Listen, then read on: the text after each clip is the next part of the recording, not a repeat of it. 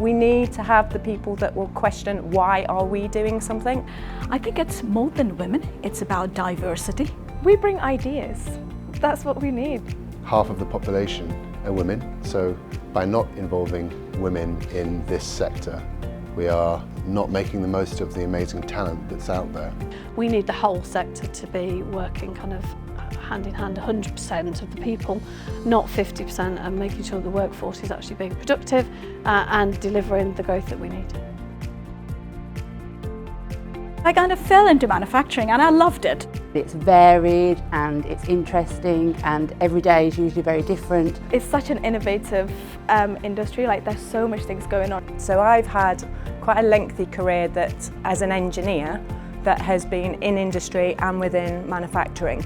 Apprenticeships weren't something that was screamed and shouted about as much as I think they should be. They're such an incredible route and hardly anyone talks about them.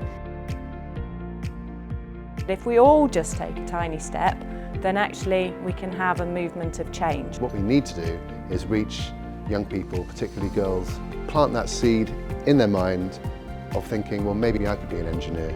The biggest challenge that I've noticed is the lack of female role models. The more you go upwards, you see less and less women in these senior leadership roles. You know, we are breaking down those barriers, bringing in better childcare, bringing in more training opportunities, lifelong training opportunities. Young females are over-mentored but under-sponsored, and it's that voice when you're not in the room, it's those allies, male and female, that will advocate for you and push you forward for other opportunities. Working together, that collaboration between leaders in different sectors is essential. So I think the industry needs from government just that commitment and that support to follow through on the actions that we agree around the table today that we believe will make a difference. There's a lot to celebrate, but we need to do more. Women considering manufacturing, you need to do it. It's just the best sector.